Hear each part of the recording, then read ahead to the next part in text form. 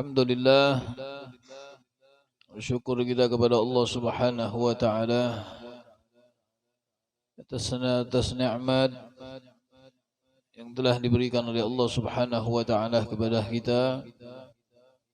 Bil khusus kita bersyukur atas nikmat sehat wal afiyah, nikmat hidayah wa taufik serta nikmat Islam wal iman.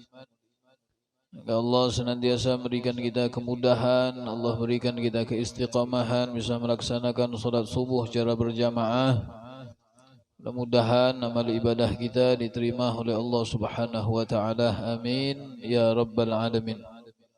Salawat dan salam mudah-mudahan senantiasa dilimpahkan untuk baginda Nabi Muhammad sallallahu alaihi wasallam.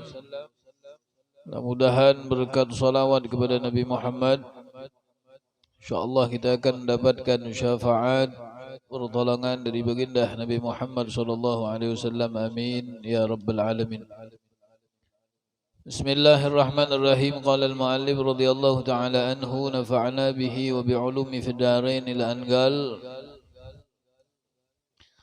Wa qala Abdullah bin Mas'ud radhiyallahu anhu, sa'altu Rasulullah sallallahu alaihi wasallam,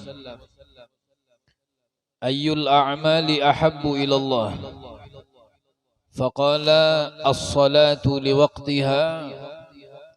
Qultu thumma ayyu? Qala birrul walidain. Qultu thumma ayyu? Qala al-jihadu fi sabilillah. Wa qala alaihi salatu wassalam,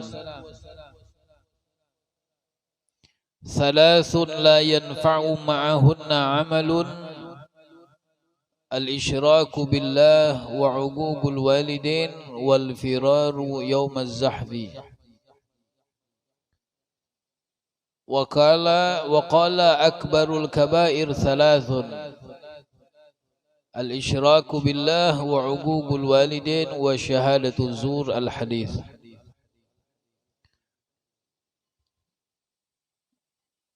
Dan telah berkata Abdullah bin Mas'ud radhiyallahu ta'ala anhu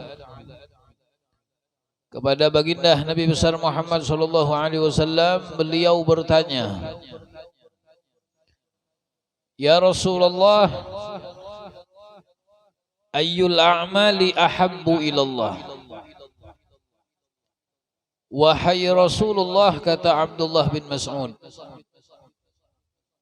apa amalan yang paling dicintai oleh Allah? Faqala, maka Nabi menjawab, as-salatu liwaqtiha. Salat tepat pada waktunya. Qultu thumma ay? Kemudian aku bertanya kepada Nabi Muhammad, apalagi ya Rasulullah? Qala birrul walidain. Nabi menjawab, berbakti kepada kedua orang tua. Qultu thumma ay? Kemudian aku bertanya lagi, apa ya Rasulullah? Qala al-jihadu fi sabilillah. Karena Nabi menjawab, jihad di jalan Allah Subhanahu wa taala. Abdullah bin Mas'ud radhiyallahu taala anhu, semua kita mengenal beliau. Beliau adalah sosok sahabat Nabi Muhammad sallallahu alaihi wasallam yang luar biasa. Beliau bertanya kepada baginda Nabi besar Muhammad sallallahu alaihi wasallam tentang amalan yang paling dicintai oleh Allah.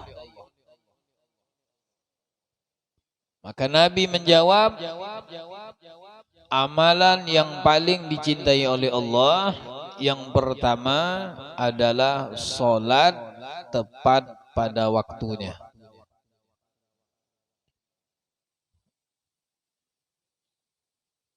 Nah, waktu sholat ini ya berbeda-beda jamnya. Kalau subuh agak cepat, ya, habisnya agak cepat. Ya, subuh ini kurang lebih berapa menit? Azannya jam 5 lewat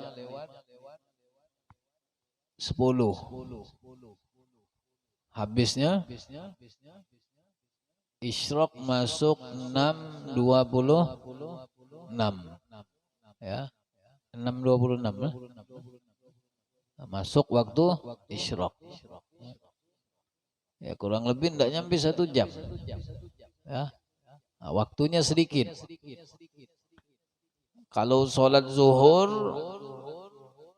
ya agak panjang sedikit. Ya kurang lebih 2 jam lebih lah.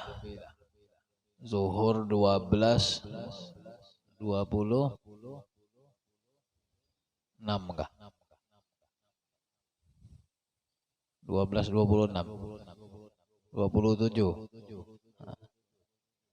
Asar masuk jam 15 lebih. 15.50. Maghrib jam 6 6.28. Nah, Isya yang agak terpanjang. Nah, 5 waktu sholat ini berbeda-beda jamnya. Ya, yang paling pendek itu subuh dengan maghrib. Ya. Nah, pertengahan zuhur dengan asar. Nah kalau isya memang agak panjang. Ya, kalau sholat subuh ya, diusahakan sholatnya tepat waktu. Maghrib diusahakan sholatnya tepat waktu. Ya. Berbeda dengan sholat isya. Nah, kalau sholat isya memang sunnah. Ya, sunnah diakhirkan. Ya, jadi kalau seandainya habis maghrib ada pengajian, gurunya tadi nikmat dia baca kitab tadi, azan dah. Ya, enggak perlu kita kasih tahu, guru isya guru, enggak usah. Memberitahu seperti itu justru kita kelihatan orang yang enggak beradab. Karena mereka lebih mengetahui. Isya itu ya telat-telat sedikit tidak masalah. Ya, ya jangan juga terlalu kelewatan. Dari habis maghrib selesai majelis 8:30 ya kasihan. Ya jemaah hendak makan malam. Ya lewat ya 5 menit 10 menit itu tidak masalah. Ya, selesai pengajian langsung komat tidak masalah. Ya. Nah jadi memang ada waktu-waktu yang haram. Waktu haram ada. Sholatnya sah, tapi haram. Ya. Seperti umpamanya 5 menit lagi waktu sholat yang kedua mau masuk, baru sholat. Ya, 5 menit lagi mau masuk, umpamanya Isyraq 6.20 26. Nah, dia sholat umpamanya jam 6.20.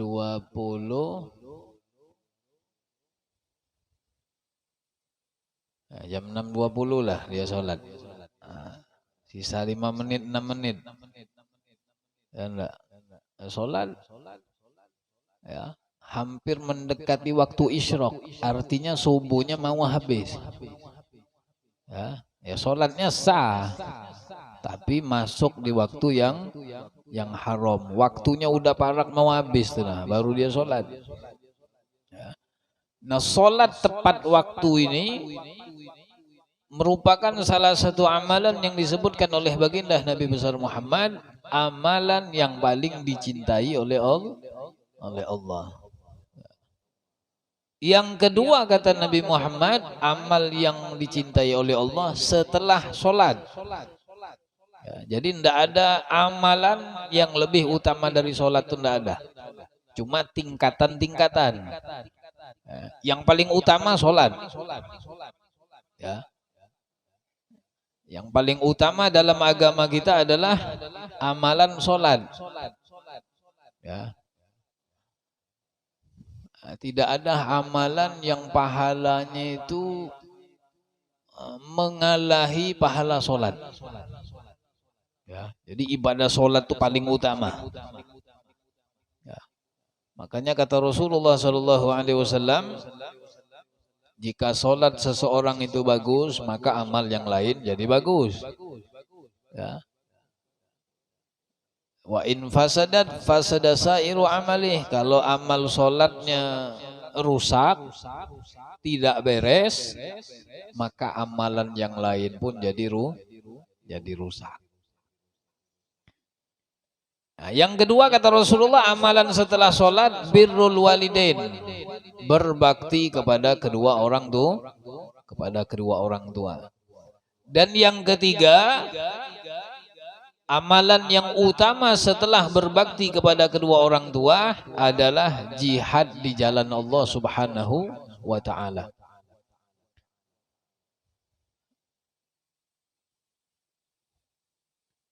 Wa qala sallallahu alaihi wasallam, akbarul kabair thalathun, paling besarnya dosa besar. Dosa besar ini kan banyak. Paling besar di antara dosa-dosa besar itu ada 3. Ya. Yang pertama al-isyraku billah, menyekutukan Allah. Yang kedua uququl walidain, durhaka sama orang tua. Dan yang ketiga syahadatul zur, sumpah palsu. Dan di dalam hadis yang lain baginda Nabi besar Muhammad SAW beliau bersabda, raghima anfu man adraka abawaihi indal kibari ahaduhuma au kilahuma falam yadkhulil jannah. Kata Nabi Muhammad, celaka bagi orang yang mendapati kedua orang tuanya. Si anak masih diberikan oleh Allah Subhanahu wa ta'ala kesempatan ketemu sama orang tuanya. Ahaduhuma, baik itu salah satu dari keduanya, au kilahuma atau dua-duanya. Falam yadkhulil jannah, tapi kedua orang tuanya ini tidak mampu, tidak bisa membuat si anak ini masuk ke dalam surga. Artinya keberadaan kedua orang tua atau salah satunya justru tidak menyebabkan si anak ini masuk surga. Itu kata Nabi Muhammad, anak yang celaka. Karena kedua orang tua itu merupakan kunci surga Allah Subhanahu wa ta'ala.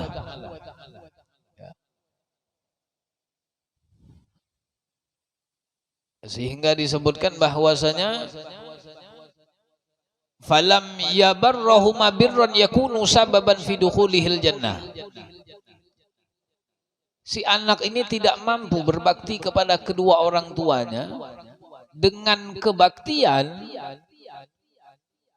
yang bisa menyebabkan ia masuk ke dalam surga. Dia punya orang tua tapi dia tidak berbakti.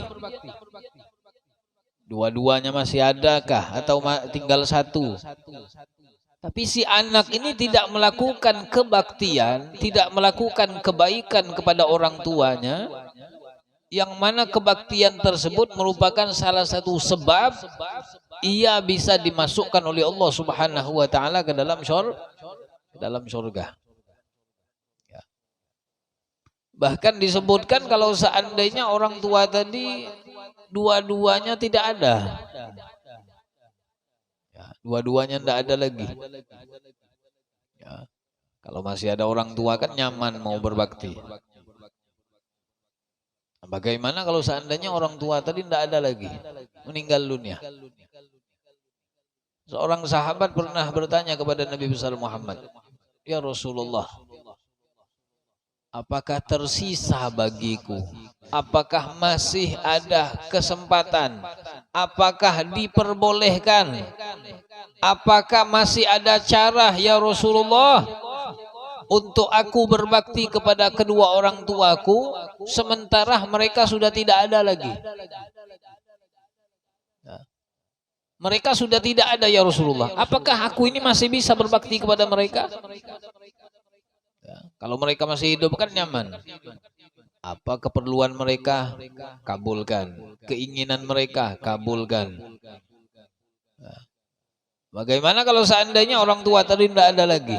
Maka kata Nabi Muhammad, ya, engkau tetap bisa berbakti kepada kedua orang tuamu walaupun mereka sudah tidak ada.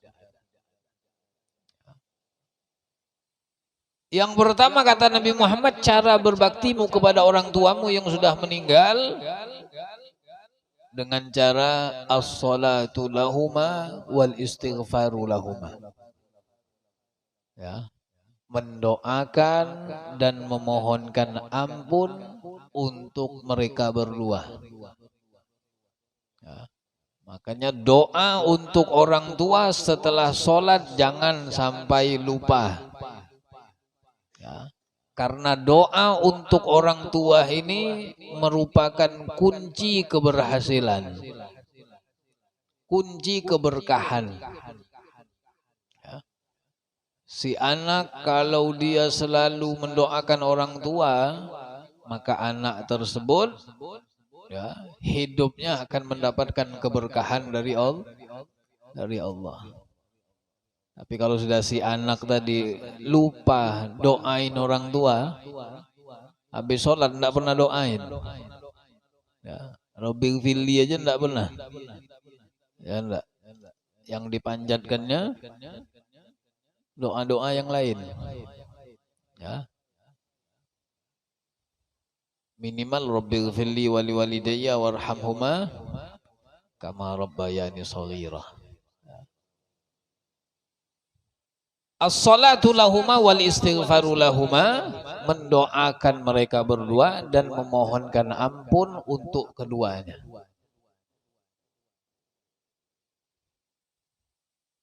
Yang ketiga kata Nabi Muhammad, wa infadu ahdihima, menunaikan janji-janji mereka. Ya. Wasiat orang tua sebelum mereka meninggal ketika mereka masih ada. Wasiat untuk kita ini kan kadang-kadang orang tua itu berwasiat.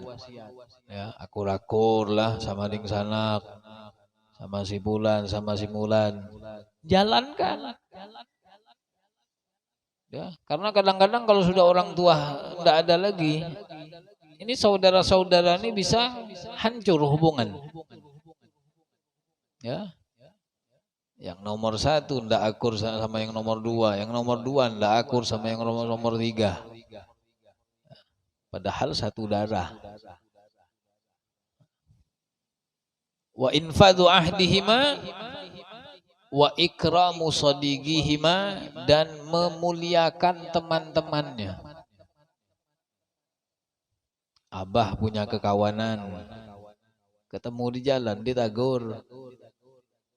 Ya, kita tahu, oh ini kawan abah nih.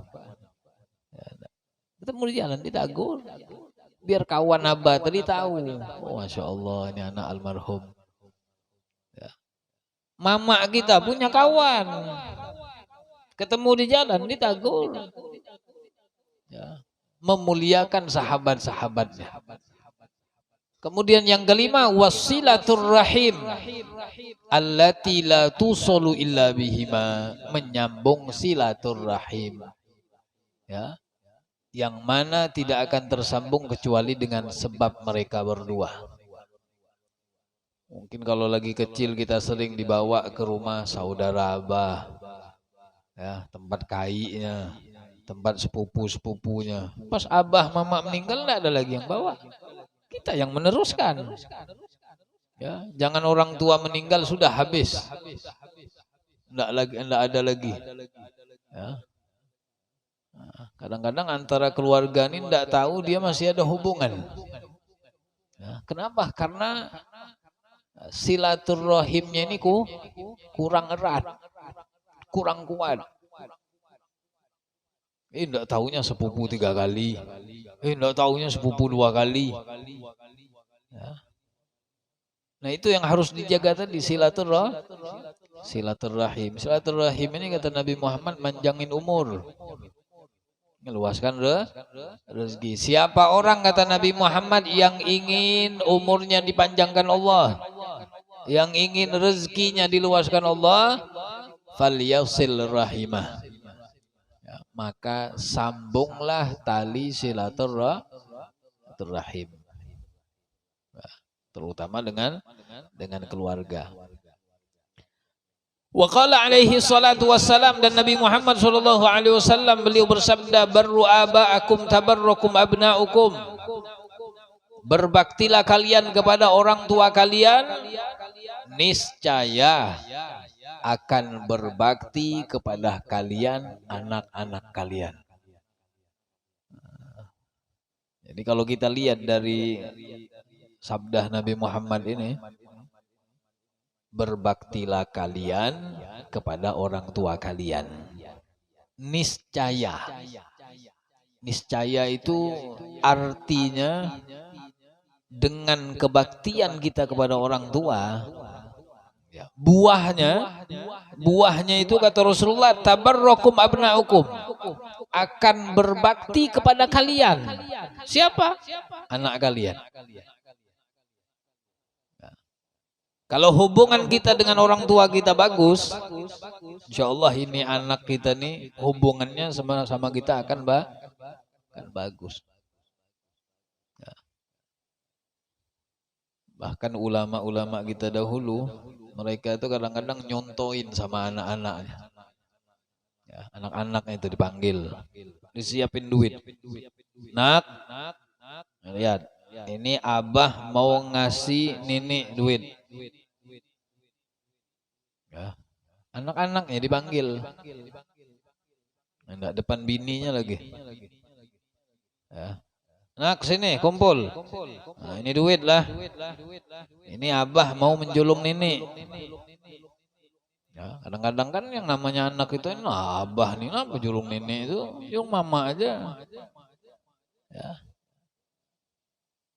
Kenapa harus seperti itu? Mengajarkan kepada mereka. Kita sebagai anak ini mencontohkan kepada anak kita cara berbakti kepada kedua orang tua. Ya. Nanti agar si anak ini ketika dewasa dia mengingat apa yang pernah dilakukan oleh ayahnya, bisa mereka contoh. Ya. Akan berbakti kepada kalian anak-anak kalian. Tapi sebaliknya, ya, mafhum pemahaman dari hadis ini, jika kalian durhaka sama orang tua kalian, niscaya anak-anak kalian akan durhaka. Bahkan durhakanya lebih dahsyat. Ya. Lebih ngeri lagi. Ya, enggak. Kita sama orang tua umpamanya sering bentak. Nanti punya anak, dahsyat, bukan bentak lagi. Enggak main bentak lagi dia. Bisa-bisa sandal dilempar dia. Enggak. Karena kita dulu mungkin pernah ngangkat suara sama mama. Ya. Jadi ketika anak kita tadi umpamanya kelihatannya, kalau bepandir berani sama kita, dikasih tahu berani, nah, itu mungkin, ya, mungkin efeknya dari masa pada saat kita pernah menentang orang tua kita, ya, hasilnya ke anak. Ya, enggak. Dan yang seperti ini masih bisa diperbaiki, ya, minta ampun sama Allah, ya, enggak. Doain orang tua tadi, ya. Bahkan diajarkan kita berdoa, Rabbana hablana min azwajina wa dzurriyyatina qurrata a'yun waj'alna lil muttaqina imama. Wa qala sallallahu alaihi wasallam li rajulin ista'dzanahu fil jihad. Nabi Muhammad sallallahu alaihi wasallam beliau menceritakan Beliau berkata ada seorang laki-laki minta izin dengan Nabi untuk jihad. Laki-laki datang menghadap Nabi Muhammad. Nabi mau jihad. Ini si laki-laki ini minta izin mau ikut jihad. Ditanya oleh Rasulullah, ahayyun waliduka? Apakah orang tuamu masih hidup? Qala na'am. Laki-laki tadi menjawab, ya Rasulullah, orang tuaku masih hidup. Qala fa fihi ma fajahid.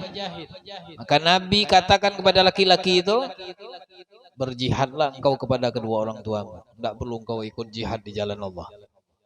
Ya. Bersungguh-sungguhlah engkau berbakti kepada kedua orang tua. Karena derajatnya itu tadi beda. Ya, derajat berbakti kepada orang tua ini pahalanya lebih besar daripada jihad di jalan Allah Subhanahu wa ta'ala. Wa qala thalathatun harramallahu tabaraka wa ta'ala alaihimul jannah.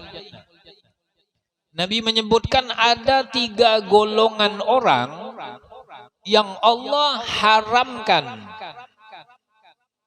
3 golongan manusia Allah haramkan mereka ini masuk surga. Yang pertama apa? Mudminul khamri. Ya, mudminul khamri itu orang yang istiqomah minum minuman keras. Ya, kalau udah istiqomah ini paham aja lah. Bukan rancak tadi, udah jadi wiridnya. Ya, istiqomah dia. Rancak. Minum minuman keras. Minum minuman keras ini bukan cuma minuman itu aja. Macam-macam hal-hal yang memabukkan. Yang kedua, wal aquli liwalidayhi. Seorang anak yang durhaka sama orang tuanya. Ya, kalau umpamanya dia mati, ya, Allah haramkan dia masuk ke dalam surga. Yang ketiga, wadayuth, alladzi yugirrul khabathu fi ahli. Dayus ini orang yang apa namanya itu membiarkan, ya, seorang suami, seorang laki-laki yang membiarkan kekejian yang ada di dalam rumah tangganya. Seorang laki-laki yang membiarkan kekejian, kemaksiatan, keburukan yang terjadi di dalam rumah tangganya. Dia diam aja. Contoh, ya, ngelihat bininya keluar dari rumah enggak pakai jilbab, diam aja. Ya enggak. Atau ngelihat bininya keluar rumah bukan enggak pakai jilbab lagi, ya, pakai apa namanya itu, apa namanya itulah baju itu, rok, bukan rok, lain, bukan ketat, daster. Ya enggak. Binian sekarang nih kan memang hebat-hebat binian sekarang. Ya. Kadang-kadang disuruh kena aja jilbab, ulun kena aja, yang penting hati dulu dijilbabin. Itu salah. Ya. Orang berjilbab tuh belum tentu bersih hatinya. Mana boleh kayak itu. Nutup aurat wajib, Allah yang perintahin. Bukan masalah bersih hati. Ya. Binian sekarang nih, pakai daster. Ya, bingung, kadang ulun bingung ngeliatnya. Dia pakai jilbab, pakai daster, tangan pendek kayaknya. Ya, tangannya pendek daster tuh, sampai ke lutut sini. Naik kendaraan, bingung ngeliatnya. Kok yang ditutup punya cuma rambut aja? Ya, yang ini bang, dari sini ke sini nih, hukumnya apa ini? Terus dasternya sampai ke lutut. Ya. Nah itu secara tidak langsung sudah merusak. Ya, batasan nutup aurat bukan di situ. Ya enggak, bukan seperti itu. Ya, baju-baju yang pendek-pendek tadi pakailah di rumah di hadapan suami. Ya, itu yang bagus. Di luar tutup setutup-tutupnya. Ya enggak, kalau di hadapan suami beda lagi. Ya. Di hadapan suami pakai yang bagus-bagus. Ya enggak, bewangian. Enggak ada kalau keluar kondangan besaruan, ya ampun harumnya. Kalau para suami ada ala kadar aja. Ya. Nah itu ketika seorang laki-laki melihat di dalam rumah tangganya, baik itu istrinya, anak-anaknya, melakukan suatu yang melanggar syariat, suaminya berdiam aja. Itu namanya dayus. Dayus itu laki-laki yang tidak ada rasa marah ketika ngelihat istrinya, ketika ngelihat anaknya melakukan sesuatu yang melanggar. Berdiam aja. Ya. Enggak ada apa nih, enggak ada tanda-tanda mencegah. Bujur-bujur, keluar rumah itu bujur. Jangan dipakai lagi tuh ke daster tuh. Daster buat di rumah aja yang pendek-pendek. Pakai benar-benar, tutup semua. Ya, sampai ke lutut. Sampai ke lutut, sampai ke mata kaki. Ya enggak. Ketika kita berdiam tadi, mereka keluar. Yang paling banyak dapat dosa suami. Ya. Itu baru istri itu. Belum anak perempuan. Ya enggak, belum anak perempuan makanya berat belum. Ya. Kullukum ra'in. Setiap kalian kata Rasulullah pemimpin. Wa kullukum mas'ulun an ra'iyatih. Dan setiap kalian akan diminta pertanggungjawaban orang yang kalian pimpin. Suami ini berat. Jadi suami ini enggak, apalagi anaknya binian. Enggak berat.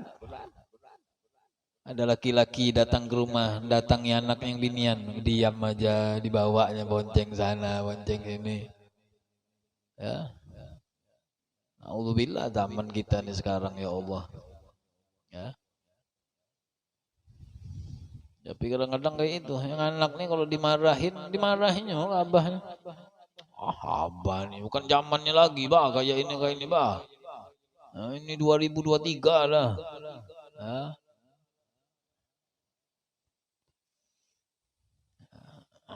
Dayus alladhi yagirul khabathu fi ahli.